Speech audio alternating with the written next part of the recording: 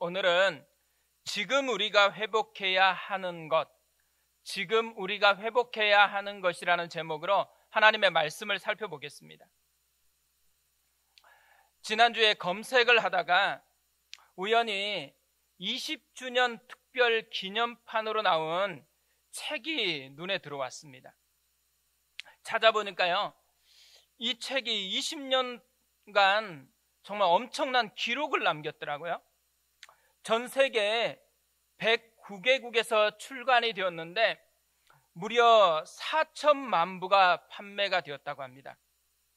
국내에서는 17종으로 시리즈가 출간되었는데요, 350만 부가 판매가 되었다고 합니다.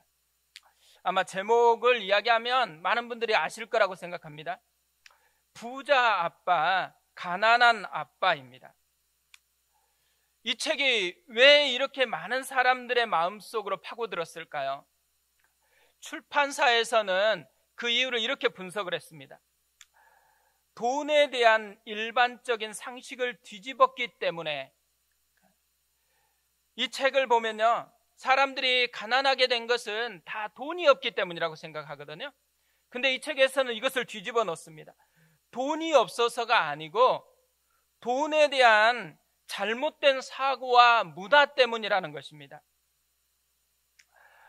저자는요, 이런 것들을 어디서 배웠냐? 아빠를 통해서 이것을 배웠다라고 이야기를 합니다. 저자에게는 어린 시절에 돈에 대해서 가르쳐주는 2명의 아빠가 있었다고 합니다. 한 명은 부자였고요, 한 명은 가난했습니다. 우리가 생각해보면 둘 중에 누가 더 공부를 잘했을까요? 우리 대부분 부자 아빠 이렇게 생각할, 부자 아빠는 공부 잘하는 사람이 부자 아빠였을 거라고 생각해요. 그런데 사실은 반대예요. 실제로는 가난한 아빠는 공부를 많이 했는데 늘 가난했다라는 거예요.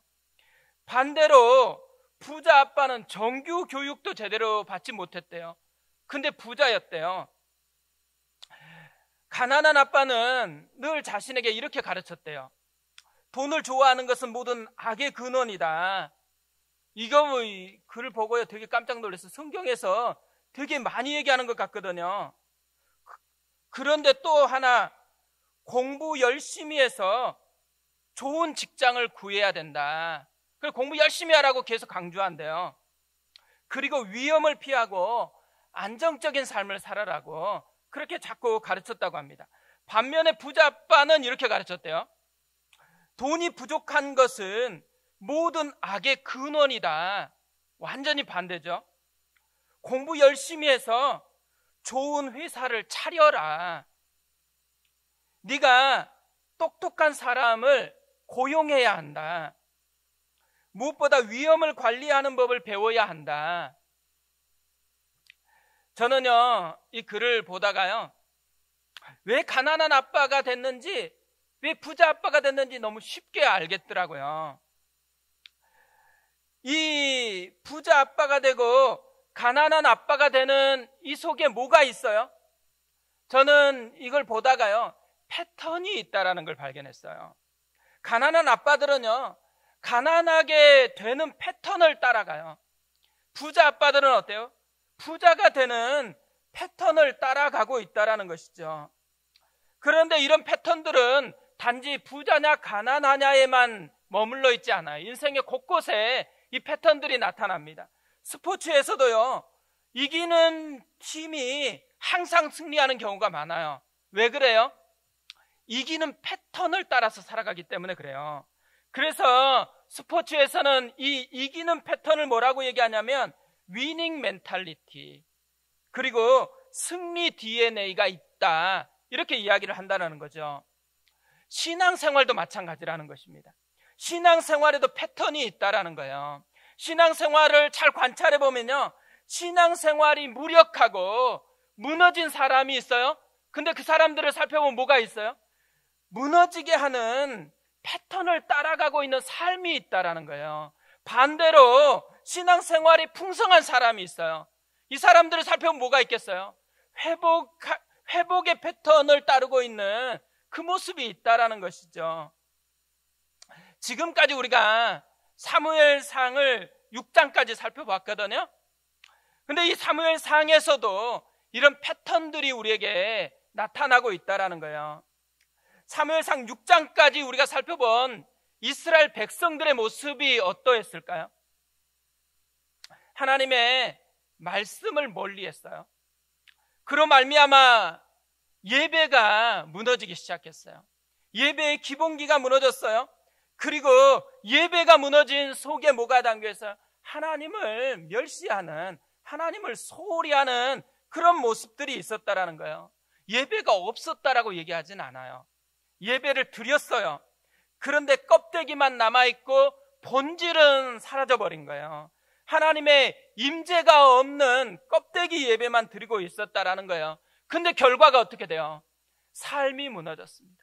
패망하고 죽고 또 언약궤마저 빼앗기는 그런 결과를 만들어냈다라는 거예요. 이들이 왜 이렇게 되었다고요? 이들이 전형적으로 무너지게 하는 패턴을 따르고 있었기 때문에 이런 결과가 나오게 됐다라는 것이죠. 그런데 오늘 7장부터는요, 상황이 달라지기 시작합니다. 7장에서는 이후에 다음 주에 살펴볼 건데요, 미스바에서 부흥이 일어나요. 그리고 또 블레셋과 전쟁에서 패하기만 했었는데 이제는 승리하기 시작합니다. 오늘 말씀이요, 이런 부흥이 시작되는 첫 번째 본문이에요. 뭘 얘기하고 있는 걸까요? 오늘 말씀부터 회복의 패턴이 시작되고 있다는 것을 우리에게 알려주고 있는 것이죠. 우리는 어느 부분에 속해 있을까요? 무너진 패턴 속에 살아가고 있을까요? 아니면은 회복의 패턴 속에 살아가고 있을까요? 분명히 한국 교회는 아마 다 무너진 패턴 속에 살아가고 있다라는 것을 부인할 수 없는 것 같아요. 근데 한국 교회 큰 덩어리 말고 나는 어떨까요? 나는 무너지고 있을까요? 아니면 충만함을 유지하고 있을까요? 사실 오늘 말씀이요, 4절 되게 짧거든요. 근데 굉장히 중요한 의미를 담고 있습니다. 왜냐하면 오늘 말씀에 무너짐에서 회복으로 나아가는 길을 우리에게 제시하고 있기 때문에 그렇습니다.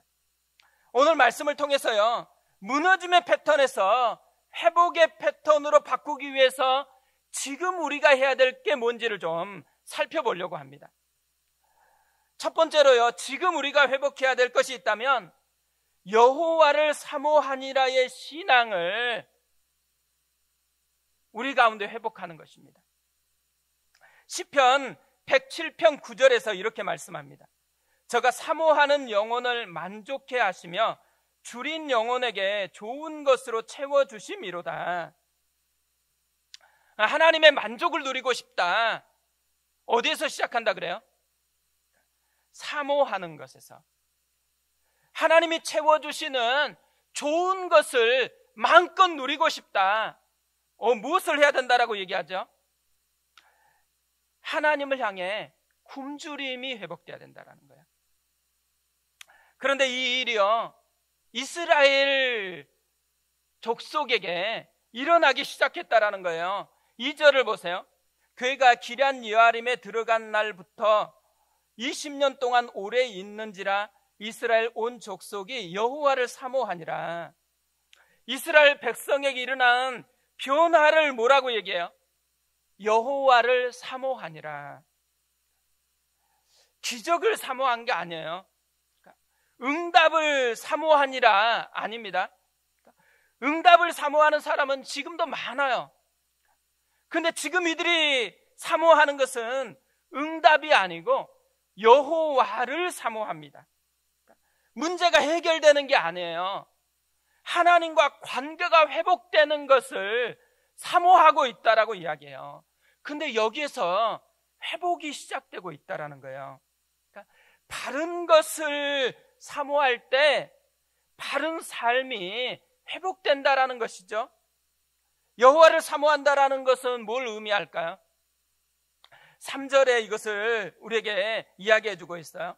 사무엘이 이스라엘 온 족속에게 말하여 이르되 만일 너희가 전심으로 여호와께 돌아오려거든 이방신들과 아스타롯을 너희 중에서 제거하고 너희 마음을 여호와께로 향하여 그만을 섬기라. 그리하면 너희를 블레셋 사람의 손에서 건져내시리라.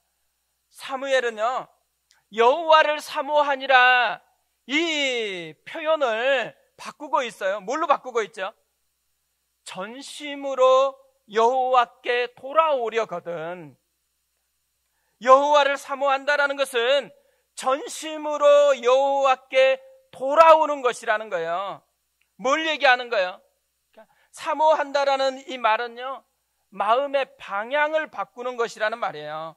이방 신들을 향했던 마음의 방향을 오직 여호와께로 바꾸는 것, 이것이 사모하는 것이라고 이야기를 하고 있습니다. 그러니까 세상을 향하던 마음을요, 세상 것을 추구하던 마음을 하나님을 사랑하는 것으로 하나님과 함께하고 싶은 그 방향으로 바꾸는 것, 이게 사모하는 것이라는 이야기인 것이죠.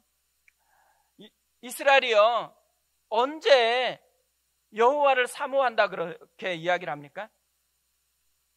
언약궤가 돌아오고 20년이 지난 후입니다. 이 오래 있는지라 이 되게 오래됐다라고 그렇게 표현을 해요. 우리가 지금 코로나 작년부터 고작 2년 아직 안 됐거든요. 근데 엄청 오래된 것 같잖아요. 근데 20년이요, 20년. 20년 동안 지금 오래도록 이들은 여호와께 돌아오지 않았어요. 20년 전에 무슨 일이 있었어요? 언약궤가 블레셋에서 승리하고 난 후에 이스라엘로 귀환을 했습니다. 뭘 얘기하는 거예요? 이스라엘로 보면 기적이 일어나는 거예요. 패한 줄 알았는데, 망했다고 생각했는데 하나님이 직접 적진으로 들어가서 완전히 적진들을 다 무너뜨리고 승리자로 귀환을 했다라는 거거든요. 엄청난 일이 일어나는 거잖아요. 그러면 바로 그때부터 회복이 일어나야 되는 것이 아닐까요? 근데 바로가 아니에요. 1년도 아니에요. 20년 후에 회복이 일어나기 시작했다라는 거예요. 20년 동안 이스라엘에 무슨 일이 일어났을까요? 오늘 3절을 보면요, 이렇게 되고 있어요. 블레셋 사람의 손에서 건져내시리라. 이게 무슨 의미의 표현일까요? 지금 20년 동안 이스라엘이요, 블레셋의 압제를 받고 있었다라는 거예요. 놀랍잖아요. 하나님이 지금 적진으로 들어가서 적진을 다 쓸어버렸거든요. 승리했어요. 그럼에도 불구하고 패배자인 블레셋에게 20년 동안이나 포로 생활, 압제당하는 그런 패배자의 인생을 살았다라는 거예요. 하나님이 이미 승리했잖아요. 뭘 하라고 승리해 준 거예요? 하나님을 왕으로 삼고 하나님의 영향력 아래 살아라고 하나님이 승리를 주셨는데 이들이 지금 블레셋의 영향력 아래 살고 있다라고 이야기를 하는 것입니다. 이것만 보면 되게 흥분되지만요, 사실 우리도 이럴 때가 되게 많다라는 거예요. 우리도요, 예수님이 십자가에서 이미 죄와 사망을 이기고 승리하셨어요. 예수님이 우리에게 맛보여 주려고 하는 게 뭐예요? 주님의 승리. 이 예수 그리스도의 승리를 우리가 맛보기를 원했던 거거든요. 그런데 우리가 승리자로 매일매일 살아가고 있을까요? 대부분은요, 승리자의 모습이 아닙니다. 여전히 죄의 종로로 타고 있어요. 죽을까봐, 이렇게 망할까봐 두려워서 그 세상의 영향력 아래 스스로 종된 채로 살아가고 있는 그런 모습이 우리에게도 있다라는 거죠. 이게 어떻게 하면 바뀔 수 있을까요? 이들이요, 마음의 방향이 바뀌기 시작했다라는 거예요. 근데 언제 바뀌기 시작했다라 그래요? 블레셋이 주는 고통이 심해지니까, 고통이 너무 힘겨우니까 그때부터 하나님을 사모하는 마음이 생겼다라는 거예요. 너무 자기들이 현재가 힘드니까 그때부터 마음의 방향이 하나님께로 향하기 시작했다라는 거죠. 이걸 어떻게 알 수 있을까요? 오늘 나온 이 사모하니라, 이 단어의 의미를 살펴보면 알 수가 있습니다.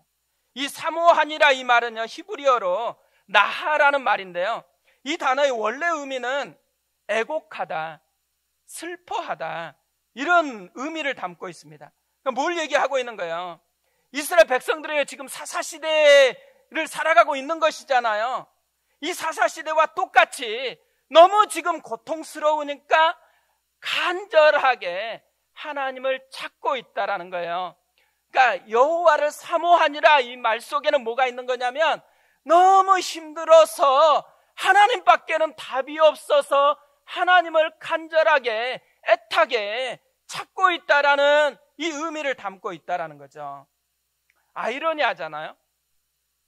블레셋의 압제와 그로 인한 고통이 이스라엘의 마음의 방향을 바꾸게 만들고 있다라는 것이죠. 사사기 3장 4절을 보면요, 블레셋이 아직까지 존재하고 있었던 이유를 이렇게 이야기를 합니다. 남겨두신 이 이방 민족들로 이스라엘을 시험하사 여호와께서 모세를 통하여 그들의 조상들에게 이르신 명령들을 순종하는지 알고자 하셨더라. 원래 블레셋은요, 이스라엘에게 패해서 사라져버려야 되는 그런 존재였어요. 하지만 이스라엘은 블레셋을 물리치려고 하지 않았어요. 하나님도 이들을 그냥 남겨두게 만들어버렸다라는 거예요. 왜 그랬다라고 얘기해요? 이스라엘이 하나님을 떠나서 범죄하면 이들을 더 강하게 만들어서 이스라엘에게 고통을 가하고 그 고통으로 말미암아서 하나님께 다시 돌아오게 만들려고 했다라는 것이죠. 뭘 얘기하고 있는 거예요? 블레셋은요, 하나님께 돌아오라는 신호등 역할이었다라는 거예요. 이스라엘이 무너짐의 패턴을 따르고 있을 때마다 이 빨간불을 반짝반짝 깜빡이면서요, 다시 회복의 패턴으로 돌아오라고 계속해서 보내주는 신호등 역할, 이것이 블레셋의 역할이었다라는 것이죠. 근데 성경에는 이런 신호등이 되게 많이 나옵니다. 그러니까 대표적인 신호등 역할을 한 것, 분인나예요. 분인나. 분인나는 한나의 대적이 돼서 굉장히 괴롭혔거든요. 이 모습을 보면 분인나가 되게 못된 사람같이 느껴져요. 하지만요, 분인나가 왜 이렇게까지 한나를 괴롭혔을까요? 이유를 성경은 분인나의 인격에서 찾지 않고 한나의 버팀에서 찾고 있다라는 거예요. 한나가 계속해서 버티니까, 하나님께로 빨리 돌아가야 되는데 계속 버티니까 할 수 없이 이 분인나를 충동질을 해서 한나를 괴롭히게 만들고 있다라는 거죠. 뭘 얘기하고 있는 거예요? 분인나가요, 하나님께 빨리 돌아오라는 하나님의 신호등 역할을 하고 있다라는 것이죠. 우리에게도요, 이런 신호등 역할을 하는 것들이 굉장히 많이 있을 것입니다. 한번 생각해 보세요. 우리에게 신호등 역할을 하는 건 뭘까? 혹시 지금 우리의 신호등이 깜빡깜빡 반짝이면서 빨리 내게 돌아오라, 하나님의 소리가 계속해서 들리고 있는 거 아닐까요? 최근에요, 통화하다가, 성도님 한 분과 통화하다가 이런 말을 들었어요. 어느 날 찬양을 듣는데 자기에게 말씀하시는 하나님의 마음이 느껴졌대요. 원래 그 찬양이 다 아는 찬양이었대요. 그리고 많이 들었던 찬양이래요. 그런데 그날은 완전히 다르게 느껴졌다라는 거예요.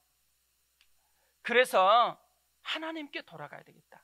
비록 힘들지만 하나님을 붙들어야 되겠다, 이런 마음이 들었대요. 뭘 얘기하는 거예요? 찬양이요, 하나님께 돌아오라는 신호등 역할을 했다라는 거죠. 또 어제도 이런 카톡이 왔어요. 목사님, 한 주도 잘 보내셨죠? 무더위와 코로나로 더 힘 빠지고 하루하루가 불안함의 연속이었는데 90일 성경 읽기를 통해 하나님과 매일 함께할 수 있는 습관 같은 삶을 주셔서 감사합니다. 아침에 일어나 오늘은 토요일이니 좀 여유로우니 성경 읽기 해야지 하고 펼쳤는데 토일은 통독이 없더라고요.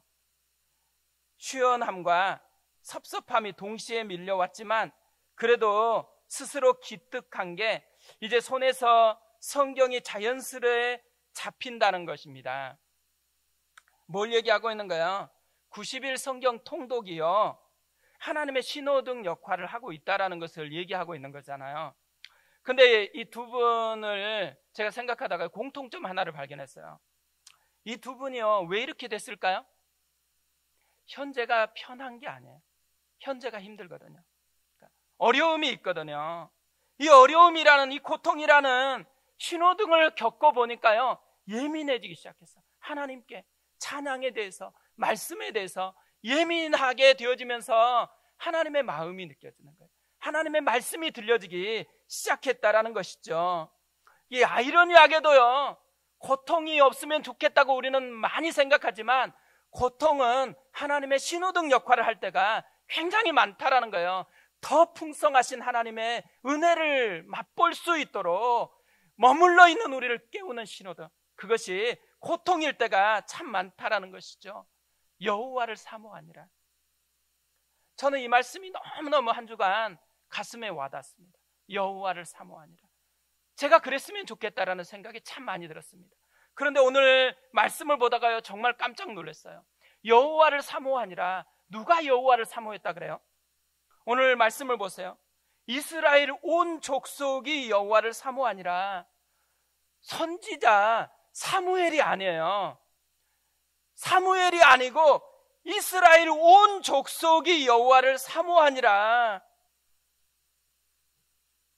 가정에서 예배를 드리는 우리 모든 성도들이요, 여호와를 사모하니라. 하늘꿈 교회가 여호와를 사모하니라.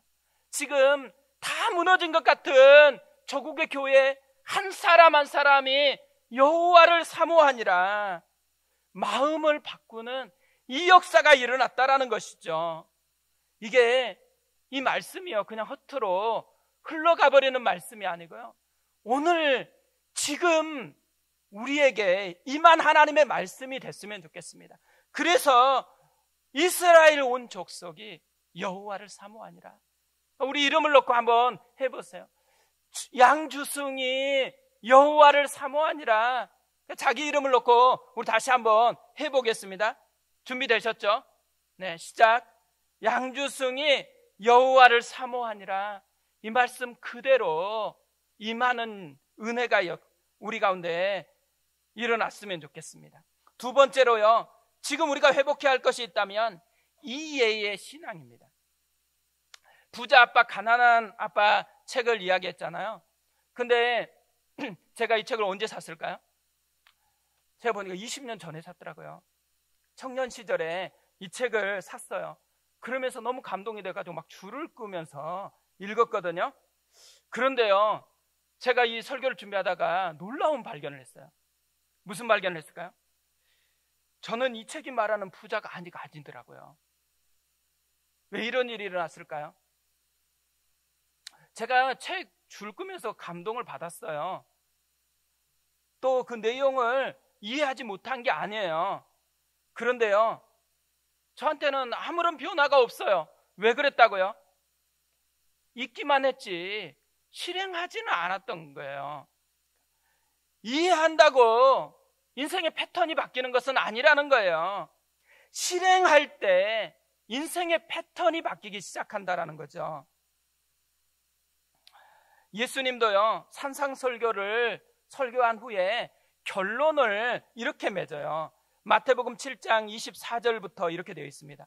그러므로 누구든지 나의 이 말을 듣고 행하는 자는 그 집을 반석 위에 지은 지혜로운 사람 같으리니 비가 내리고 창수가 나고 바람이 불어 그 집에 부딪히되 무너지지 아니하나니 이는 주추를 반석 위에 놓은 까닭이요 나의 이 말을 듣고 행하지 아니하는 자는 그 집을 모래 위에 지은 어리석은 사람 같으리니 비가 내리고 창수가 나고 바람이 불어 그 집에 부딪히되 무너져 그 무너짐이 심하니라. 공통점이 뭐예요? 듣는 거예요. 차이점이 뭐예요? 행하냐 그렇지 않느냐예요. 누가 하나님의 나라를 풍성하게 누릴 수 있다고요? 듣고 이해하는 자가 아니고 듣고 행하는 자라는 거예요.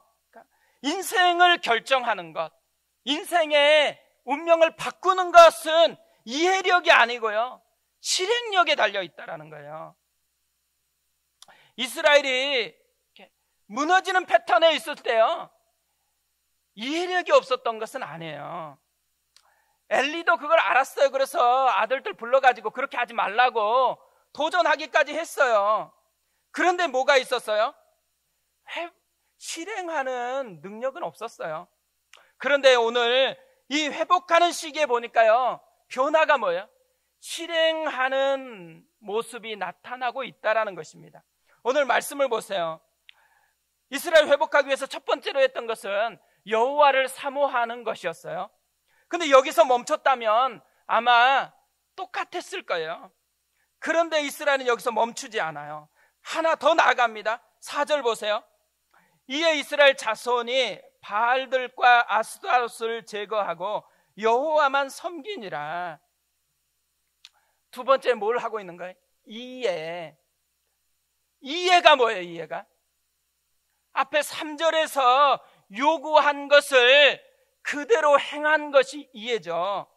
말씀대로 실행으로 옮겼다라는 말이에요. 이게 이해의 신앙입니다. 3절에서 사무엘이 요구하는 것이 무엇이었을까요? 두 가지였어요. 이방 신들과 아스타롯을 제거하고 마음을 여호와께로 향하여 그만을 섬기라는 것입니다. 사실 이게 어려운 거 아니잖아요. 이스라엘 백성이 이것을 이해하지 못했다고 생각하진 않아요. 단지 어려운 게 뭐예요? 이해하는 게 어려운 게 아니고 실행으로 옮기는 게 어려운 것이었다라는 것을 보여주고 있는 것이죠. 그런데 지금 이스라엘이 이해하는 것을 넘어서서 실행으로 옮기고 있다라는 것입니다. 바알들과 아스다롯을 제거하고 여호와만 섬기니라. 이해의 신앙이 작동하고 있다라는 것을 보여주고 있는 거예요. 그러니까 이해의 신앙은 어려운 게 아니에요. 말씀대로 실행하는 신앙입니다. 우리가 아는데 왜 능력 없이 무력하게 살아가고 있을까요? 실행으로 옮기지 않아서라는 거죠. 교회가 하나님의 능력의 공동체가 돼야 되는 것이잖아요. 근데 왜 이렇게 능력을 잃어버리고 무력해졌을까요? 많은 사람들은요, 몰라서 그런다고 생각해요. 성경이 되게 어렵다고 생각합니다. 그래서 배워야지 할 수 있다라고 자꾸 배우는 것, 공부하는 것 이런 데 에너지를 쏟으려고 애를 써요. 근데 거기서 끝내버리니까 문제라는 거예요. 왜 배워요? 실행하려고. 실행을 통해서 진짜 하나님의 나라를 누리려고 배우는 거거든요. 그런데 우리에게 사라져버린 것, 실행으로 옮기는 것을 잃어버렸다라는 것이죠. 어느 순간에요, 교회에 구호들이 넘쳐나기 시작했습니다. 슬로건들이 자꾸 많아지기 시작했어요. 모이면 기도하고 흩어지면 전도하자. 얼마나 좋은 구호예요. 근데 모이면 기도해요? 모이면 잡담해요? 모이면 또 싸워요? 흩어지면 전도합니까? 흩어지면 전도 안 해요. 세상에 속해가지고 세상을 따라 살아가는 모습들이 많아진 거죠. 그러니까 구호만 있지 실행은 없는 거예요. 되게 놀라운 것은요, 아파하지 않는 거예요. 구호가 있고 실행이 안 되고 능력이 없는데 아파하지 않는 거예요. 아파해야지만 바뀔 수 있을 것인데, 교회에 보세요. 슬로건만 있는 게 아니에요. 이름들도 보세요. 교회마다 전도회, 선교회 얼마나 많아요. 근데 1년에 한 번이라도 전도해 봤을까요? 회의만 하지 전도하지 않습니다. 선교 나가지를 않는 거예요. 매년마다요, 교회들이 새로운 표를 만들어 놓고 있어요. 근데 그 표대로 실행을 하나요? 실행하기 위해서 표를 만들고 있을까요? 아니면 그냥 표가 멋지니까 마치 표라도 만들어 놓고 구호라도 외치면은 그러면 자기 신앙이 그렇게 됐다고 착각하고 싶기 때문에 만들어 놓은 것일까요? 표를 만들었으면 표대로 도전을 해야 되는 것이죠. 교회가 무력해지는 것은요, 구호가 없어서거나 슬로건이 아름답지 않아서가 아니에요. 교회에 많은 이름들이 되게 아름답지 않기 때문이 아니에요. 실행이 없기 때문에 그래요. 우리에게는 실행이 필요한 거예요. 하나님 앞에 도전하는 믿음이 필요하다라는 것이죠. 어떻게 하면 실행으로 옮길 수가 있을까요? 저는요, 글을 읽다가 이게 금방 깨달아지더라고요. 한 글에서 외줄타기 명인에 대한 이야기가 있더라고요. 많은 사람들이 구경하는 가운데요, 빌딩과 빌딩 사이에 외줄을 이렇게 설치를 했어요. 그리고 외줄 지나갈 때 한 번은 자전거를 타고 건너갔다고 해요. 그리고 올 때는요, 90kg의 짐을 실은 외바퀴 손수레를 끌고 왔대요. 엄청난 일을 한 거죠. 사람들이 다 박수를 치고 환호했어요. 그러자 이 사람이 물었어요. 제가 다시 이 손수레를 끌고 건너갈 수 있다고 믿습니까? 다들 다 믿는다고 막 대답을 하는 거예요. 그러자 하나 더 질문했어요. 한 사람만 자원해달라고. 한 사람만 이 90kg 짐 대신에 수레에 앉아달라고. 그러면 그 짜릿한 기쁨을 맛보게 해주겠다고. 그래서 자원자를 모집했어요. 지원했을까요? 아무도 지원하지 않았습니다. 왜 그래요? 이해는 했죠. 할 수 있다고 그렇게 생각은 했어요. 그런데요, 진짜 믿음은 아니었다라는 거예요. 하나님이 원하는 진짜 작동하는 믿음은 아니었다라는 것이죠. 근데 우리가 이렇게 생각할 때가 참 많다라는 거예요. 우리의 믿음이요, 알면 이해했다고 생각하고 그럼 믿는다고 생각해요. 공부하면 그럼 내가 그런 존재가 됐다고 생각하는 거예요. 그런데 진짜 그래요? 그렇지 않다라는 거예요. 이해하는 것이 아니고요, 진짜 믿음은 뭐예요? 도전하는 믿음. 그러니까 도전할 수 있는 때가 진짜 믿음이라는 것이죠. 실행하기 위해서는요, 진짜 믿음이 있어야 된다라는 거예요. 근데 진짜 이 믿음은 어디서 오는 거예요? 말씀에서 오는 거죠. 그래서 이스라엘이 이런 진짜 믿음을 갖도록 뭐가 존재해요? 말씀의 사람이었던 사무엘이 나오고 있다라는 것입니다.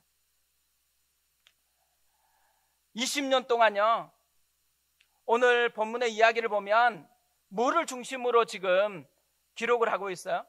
이스라엘이 무슨 일을 했는가, 이것을 지금 기록을 하고 있어요. 그런데 오늘 20년 동안 이스라엘을 괴롭다가 지금 이렇게 두 가지 일을 했어요. 하나님은 뭘 하고 있었을까요? 이때 하나님은 20년 동안 뭘 하고 있었을까요? 하나님은요, 기다리셨습니다. 집 나간 아들이 돌아오기를 기다렸던 아버지처럼 기다리고 있었다라는 거예요. 근데 그냥 기다리기만 한 것이 아니었어요. 하나님은 준비하셨어요. 그들을 인도할 사무엘이라는 말씀의 사람을 준비하고 있었다라는 것입니다. 신앙생활을 우리가 살펴보면요, 신앙이 좋아지면 좋아질수록 발견하게 되는 게 하나 있어요.